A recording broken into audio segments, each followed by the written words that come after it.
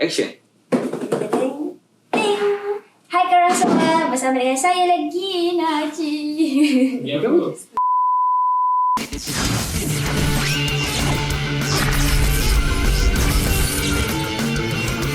Gonna go fast. Zeta Speeder.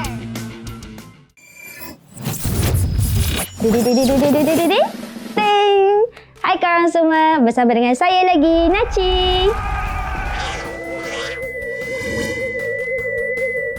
Okey, hari ni kita nak cakap pasal Zeta Speeder. Okey, cop.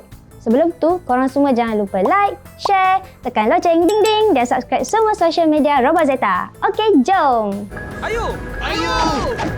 Apakah itu Zeta Speeder dan siapa memandu Zeta Speeder? Pastinya korang semua dah tahu kan yang di mana setiap ahli Robot Zeta ni dia mempunyai kenderaan mereka sendiri. Kenderaan mereka juga mempunyai pelbagai bentuk dan warna mengikut ability dan kebolehan setiap geng Robot Zeta.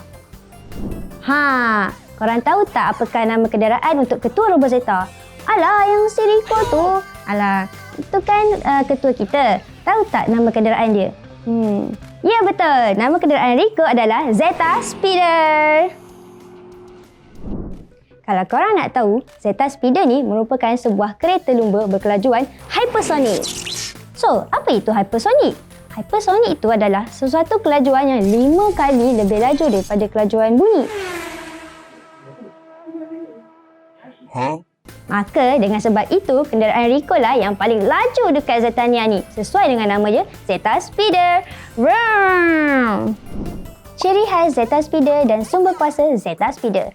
Antara ciri khas Zeta Speeder ni, dia laju gila tau. Gila pun tak laju macam ni.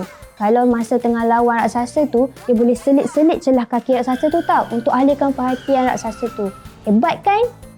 Bila raksasa tu dah teralih perhatian, geng Robot Zeta yang lain ni bolehlah kalahkan raksasa tu dengan mudah. Mesti ada korang yang bertanya, apa sumber kuasa Zeta Speeder ni Guna minyak ke? Guna elektrik ke? Kalau korang nak tahu, sumber kuasa Zeta Speeder ni, dia datang daripada markas Robot Zeta. Dan markas Robot Zeta ni pula dijana oleh Xenochip. Tapi kan, untuk memandu Zeta Speeder ni, korang jangan ingat semudah ABC je tau. Pemandu macam Rico tak boleh duduk memandu saja-saja.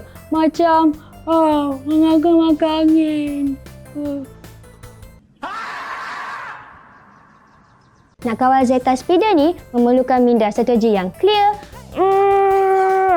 konsentrasi dan fokus yang maha tinggi. Sebab apa? Sebab Zeta Speeder ni kan laju. Jadi pilot yang kendalikan Zeta Speeder pun kenalah laju juga dalam critical thinking dan selalu bertindak cepat. Ciri serangan dan pertahanan Zeta Speeder. Ciri serangan Zeta Speeder ni adalah jenis serangan jarak jauh.